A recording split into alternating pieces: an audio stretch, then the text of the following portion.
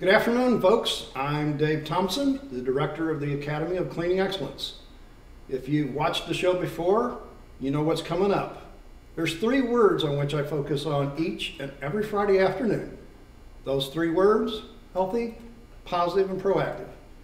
Now, today, that you may have noticed, I have 2 people with me today. This is Alicia and Philip Baker, and they are from the World Financial Group here in Orlando. And we're going to talk about something that's very important. And you might have already guessed it, it's not about cleaning. That's why we call this show Beyond Clean with Dave. Now, we are going to talk today about building, protecting, and preserving financial wealth. So, welcome, Alicia and Philip Baker. And, well, the rest of the Baker family isn't quite here, but we're going to talk about the whole family today. Yes, well, my name is Alicia Baker, and this is my husband, Philip Baker. And like Dave says, we are actually part of our financial group. We do have 3 kids. My daughter is 16. My son is going to be 17 this year, and then my son is 7 years old. So we have 3 beautiful kids. There's a little bit of space in the between there. Yes. Yeah, I caught that. Okay. Yeah, there is. We realized, after having our first 2 kind of behind each other, that we needed to space it out and get some kind of distance in there to kind of manage things a little bit better. Kids are an investment or an expense, depending on how you look at it. Yeah, we talked about that yes, before. Yes, yeah. we did. Depending on how you look at it. We invest much in our children, but they are expensive, truth be told. The kids are expensive, so we had to space it out just a little bit to gather up some funds to be able to manage life properly. So how did the Baker family and finances and everything, let the audience kind of know how y'all got started. Well, we were both working together before we started our own business. We were both working together, Yes. and we see that there's a big need in the community for financial education. Mm-hmm. So what we do, we decided to be a part of our financial group so we can educate the community, we can empower the community about their finance, because a lot of people don't have the education about their finance. So we started our company as a financial broker. Yes. The thing about it is that we were active in the church, and we're helping different different organizations. Through different organizations, we're helping the community do different things. And we realized that, what is needed is that the schools are not teaching financial literacy. Yes. When I got out of high school, I had I believe it was an elective we took. It was economics and American government. It was during summer school. The football coach was the teacher. We goofed off in the class. It was pretty easy. And when you said the football coach, I already knew what you was going to say. Exactly. Yeah, and I think this is kind of what, we all 3 met at a tip club event that we hold here at the Academy every month. And what we were talking about during that time was, that schools don't prepare kids well enough. Now, I got to tell you, I fell right in that category. Yes. I graduated, I'm not going to say how long ago I graduated, but whenever I went to school, we didn't have electives such as finance. I don't know if they do today, but even if apparently you're saying No. it's not there. The schools don't, and we realized that, and that being a big thing, our goal is to try to get out and empower and enlighten, because we understand that financial literacy is something that is not a common thing.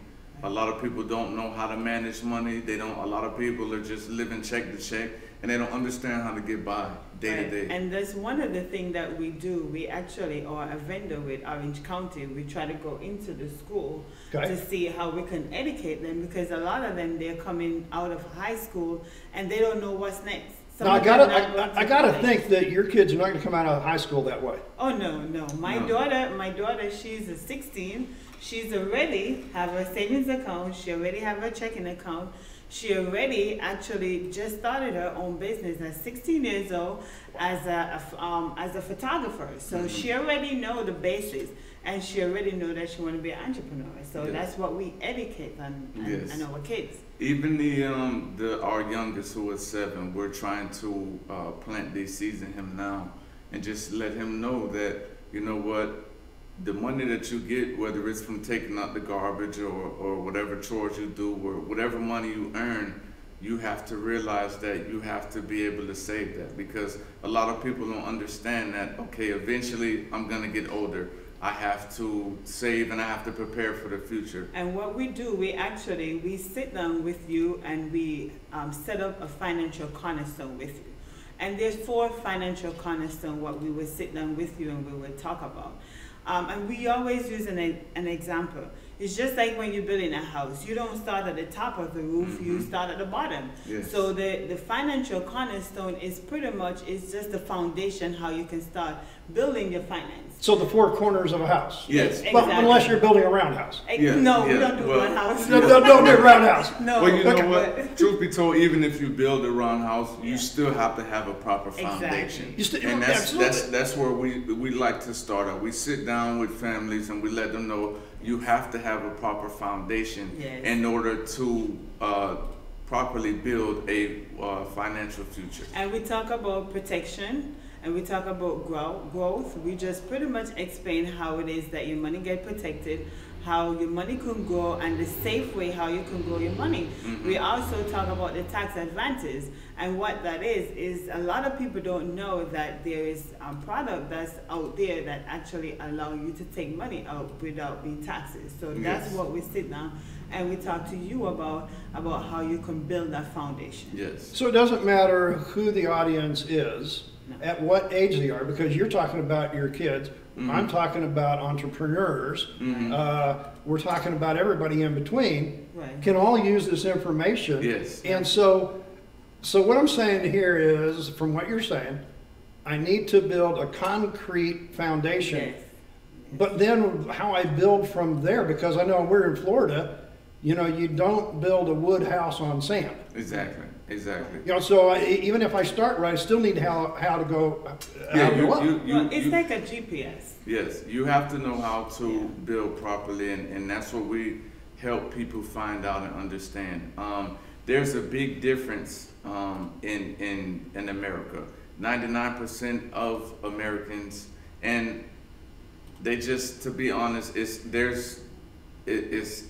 trying to think of the right word, but 99% of Americans, they make under 100,000. They work for a company. They have a 401k plan, which they really probably don't know anything. Well, you're talking about me. I'm talking. I make less than 100. I got a 401. I'm middle America. You know, hey, so that's okay. I don't mind. You can use me as an example. And the top 1%, they make over 250,000. They usually own businesses. Yes. But the big difference between the 99% and the 1% is the 1% have financial advisors. They have someone to show them what to do with their money, where to place their money, what's going to be the best way to make their money grow, and things of that nature. And we sit down and we help you figure out exactly what you need to do to help your money work for you. The main objective is to get your money to work for you. I think that's exactly, we didn't say this before, but he was talking about me.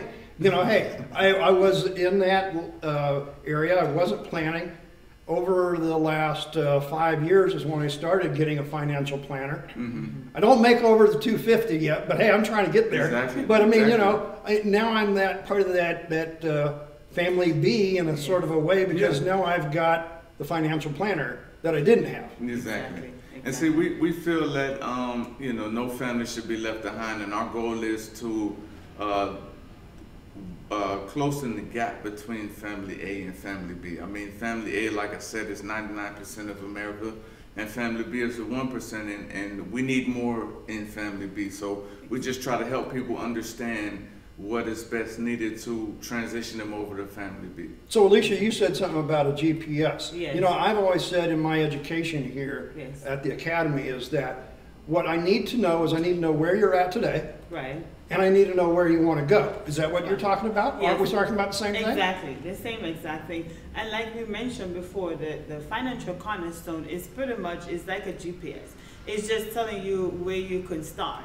You know, just like a GPS, you don't just get up and say, I'm going to go to New York. Mhm. You know, you get up, you plan, and then you're going to end up in New York. And that's what it is with the financial GPS. Do you ever It's change it pretty much- along the way? Well, You you can change but along not the too way. much. Not too much. Okay, all right. The main point is that you have to have a starting point Yes. and an end point. Exactly. The journey along the way, you may encounter some bumps, you may encounter some twists, some turns, but as long as you have a starting point and an end point, then you are good. And the end point doesn't have to be anything extravagant. It has to be an obtainable goal, and we sit down and we help people understand that the goal has to be obtainable. If you haven't made $1 million in your life, there would be no reason for you to say, I'm going to make $1 million in a week. So, folks, here's the deal. The Baker family is the tour guide. Yes, we are. We are the tour guide to help you navigate along this treacherous journey. Yes. But don't be afraid. Do not be afraid. This journey isn't that treacherous. I mean, I say treacherous, but it's an Well, obtainable thing. it can be, but it can be very rewarding. We'll talk Yes. more about that Yes. as we get into Yes. this. You know, one of the things that I know is in my 20s, I didn't have somebody like you. Right. Mhm. If they were there, I wasn't exposed. Exactly. If I would I have listened? I don't know. Nobody was talking this language. And that's why we're talking about this. You know, this show is Beyond Clean. We're not talking about cleaning toilets. Right. Mhm. We're talking about keeping people financially healthy, no matter what kind of income they bring in. Yes. Exactly. Because you know what?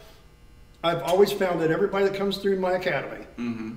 either has kids Yes. or they're older and have grandkids. Yes. Or they have a nephew or somebody that is important to them. Exactly. And that's what we're talking about, keeping our family structure safe. Yes. Exactly. Exactly. Yes. And we're a financial group. We do offer a free financial needs analysis. And again, like my wife was saying, it's kind of like a GPS. We like to focus on 6 steps. And the first step is cash flow. We would like to sit down and establish, okay, how much money do you have coming in? If you were trying to make a starting point, you have to know how much money you have coming in, and you have to know how much money you have going out. We let people know that the money that you have coming in is the basis of everything. For an example, I sat down with a lady, and she was having some issues figuring out, okay, well, I can't manage and this and that, and I'm working check to check. And come to find out, after we sat down with her and we figure out all her money coming in and all of the money going on as far as expenses and things, we found out that she was spending $150 a week on getting her hair done. Now, I didn't tell her that she had to stop getting her hair done, but maybe she didn't have to spend $150 on it. No, I could have helped with that. Yes. I have a perfect way to get rid of that whole 150. Good deal, Yes, good deal. yes, yes. I'm not sure if your solution would have been best suited for her, but in that, the thing is that, you know what, sometimes us having a different vantage point, sometimes it takes somebody from the outside to be able to assess the situation differently. Right. When we're And inside we also set up emergency funds. And what that simple is just emergency. If let's say for instance, you need to have at least 3 to 6 months of emergency funds set up into your account ready. And what emergency is your mortgage, is your rent or your light bill or your cell phone or food that, the kids might need food to eat. And that's what your emergency fund is. Now, whenever you said that, I'm thinking emergency fund. I'm living in Florida now, folks. You've heard me before. I'm from Missouri. So I need air conditioning. Mm-hmm. Emergency to me is air conditioning. Yes. Yeah, well, for some people it might not be. Some people might just want to pay their rent. Mhm. So Well, I got to pay my rent too. So, I mean, I don't want to make it sound that way, folks. But Yeah. but you're right. And I think that's the thing is what you're trying to do is qualify Yeah, what each one of these steps are. Yes, Exactly. yes. Because some people may have the wrong viewpoint of it. exactly. And so, Exactly. so in other words, we're talking 3 to 6 months Exactly. And, of and my that's- necessary, what I put in the refrigerator and keeping the refrigerator going. Exactly. Everything. And that's what we sit down with you and we would always talk about emergency. You're not going to always have your job. Mhm. Your job is, they're going to fire you, they're going to lay you off. You might get sick and you have to have that money into the bank just in case something happens. Because you're still going to have to pay bills, Yes. And that's the importance of sitting down with you and make sure you have 3 to 6 months of income. And after emergency fund, we like to deal with debt management. a lot of people are way over their head in debt. Credit card debt, mortgage, things of that nature. Oh, goodness. Yes. But a lot of people are way in over their head in debt, and our goal is to eliminate debt, reduce and eliminate debt. One thing I use in particular is that if I am going to use a credit card for whatever perks it may have mileage or this kind of perk, you get money back or whatever. If I use the card, I make sure that I have that cash tangible so that when that bill comes, I can pay that in full, so I don't have to deal with the high interest rate on that credit card. Exactly. You know, I've come to find out, there over a period of time, we all have cards. Yes. And I'm reducing the amount of credit cards I have, but now I have debit cards. Yes. So they're directly attached to the cash I have in the bank or Yes. cash in my pocket. Yes. Exactly. Very few credit cards in my pocket Yes. anymore. And I went through that whole process too. Yeah, and that is a good thing, but you do have to be careful because depending on how your bank is set up and how your checking account is set up, you can swipe that card with no money in the bank, and you will incur those fees, those overdraft You fees. ain't gonna pay those fees more Yeah. than a couple of times Yeah. before they shut you down too. And that can be debt too, because if you don't pay that off, they close the account, and then that goes to collections and things of that nature. So you also have to be very careful with the debit card. It's way easier to swipe because you have the card and you just swipe. If you didn't have the cash, you wouldn't be able to spend the cash. But I went to lunch before the show today, and I had that decision: the swipe card or the $10 cash. Yeah. Exactly. And I laid out the $10 bill. That's right. And your choices were limited with that $10 because with the cards you can, okay, well, you know what, I want this, I want that, I want this, I want that, Yep. and you can just swipe, and then again you're stuck with We it. also mentioned protection. And protection, when we talk about protection, we talk about life insurance. Life insurance back in the days, people know it as term life insurance. Now life insurance has changed. You have term and you have permanent life insurance. You have life insurance right now that has a cash, have a cash account attached to it. So whenever time you want money after a period of time, you can actually go into that life insurance and take money out and do whatever it is that you want to do with it. And I use my daughter for an example. Yes. I have a goal for my daughter. She have a life insurance policy. And I have a goal for her. Whenever time she turned 21, I'm going to take some money out and then buy her a house. And that's the best vehicle for us to save money, because if I put that money into a regular savings account, it's not going to get anything because the bank just gave you 0.1. Yeah. And if you do put it into a life insurance, it actually builds Yes. wealth. And Does it's anybody actually really good. use a savings account in a bank anymore? I mean, you're just talking about a whole Yeah. different avenue. I mean, I purchased a $10 a month, $20,000 life insurance policy for my granddaughter when she was born.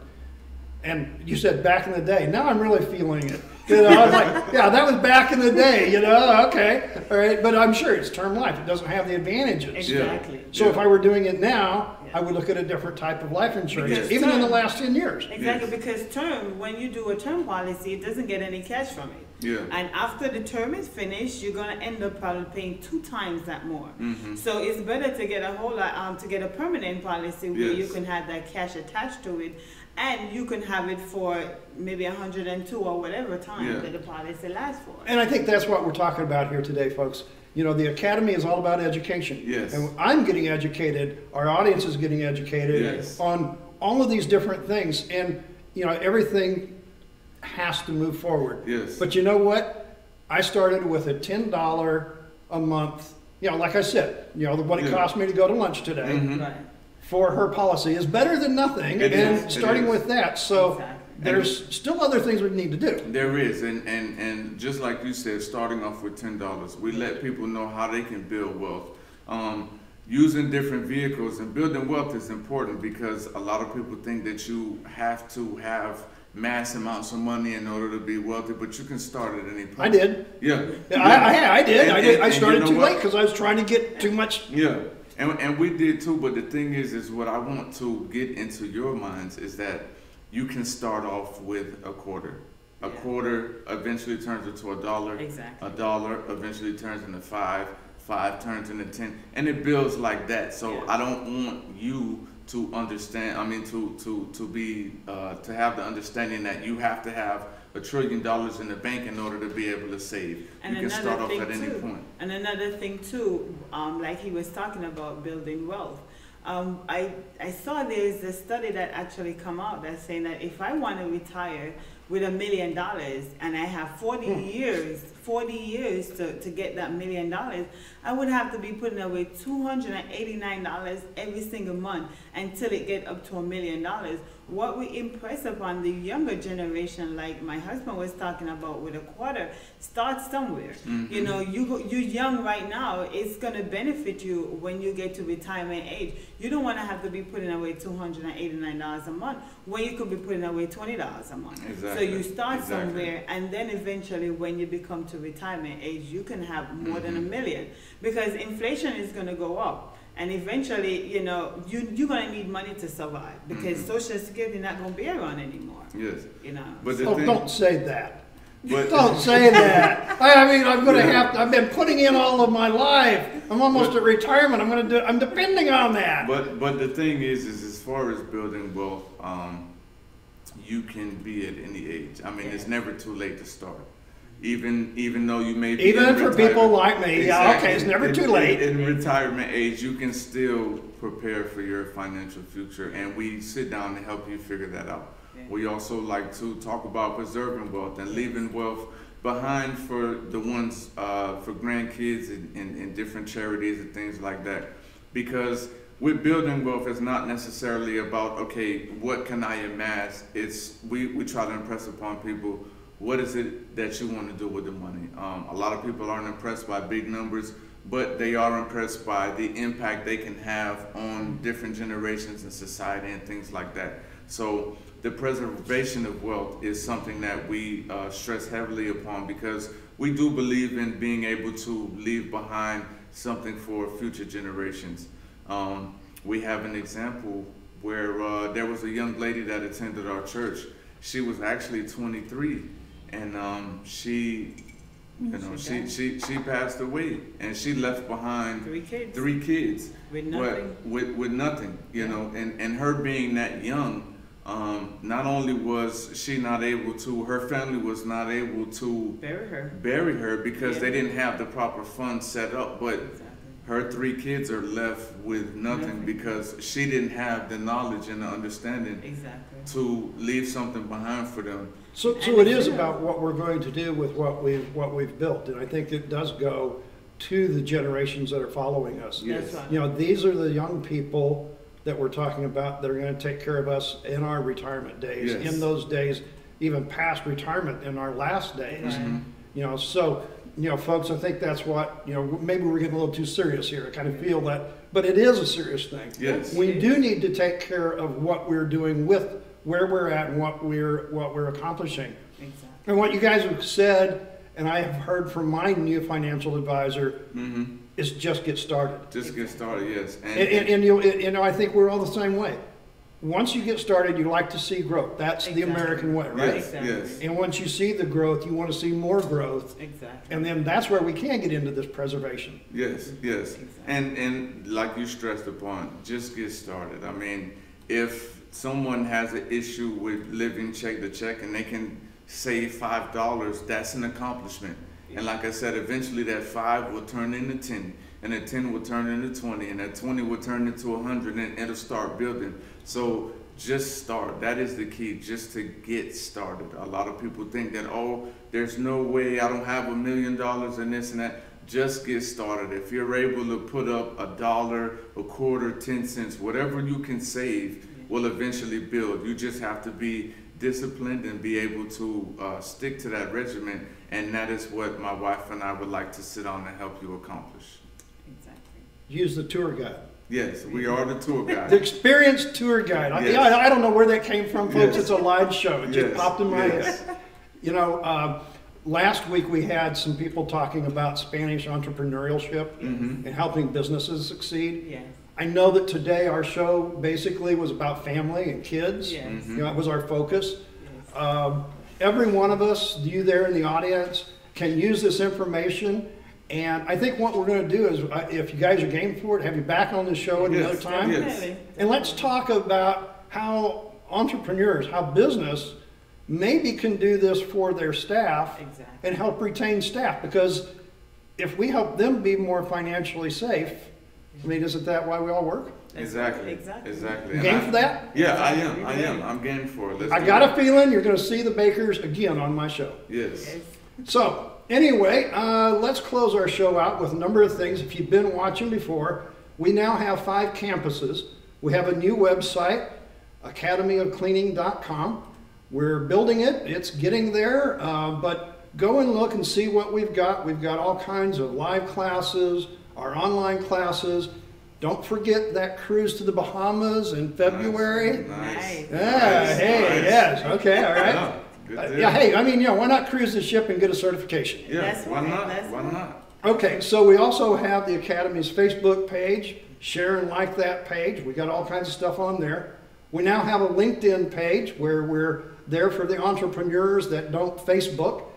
So, all of these things going on. Now, if you are in the cleaning industry, which most of you people watching are, you probably know about the ISSA organization and the convention that happens every year. Well, this year it's going to be September the 11th through the 14th in Vegas. The Academy of Cleaning Excellence will be there at booth number 408. Come by and see me, see Angel. We'll both be there talking. It'll be our first time on the show floor, and we're going to have some specials. Well, it might be just something about that cruise. I don't know. Yeah. Come to the show and find out. Come to the Yes. show. Anyway, next week, I'm going to have Christine Iverson. She's from right here in Orlando, and she's going to be talking to me about how to relieve stress in the workplace through proactively addressing wellness therapy. I'm not going to tell you what all that means. Come on the show next Friday, learn all about it. So I guess until next Friday afternoon at 1 p.m., live right here from Orlando, I'm Dave Thompson. Keep changing your future, keep those changes healthy, positive, and proactive. And remember my mantra, I am a janitor and I save lives. Thanks for watching.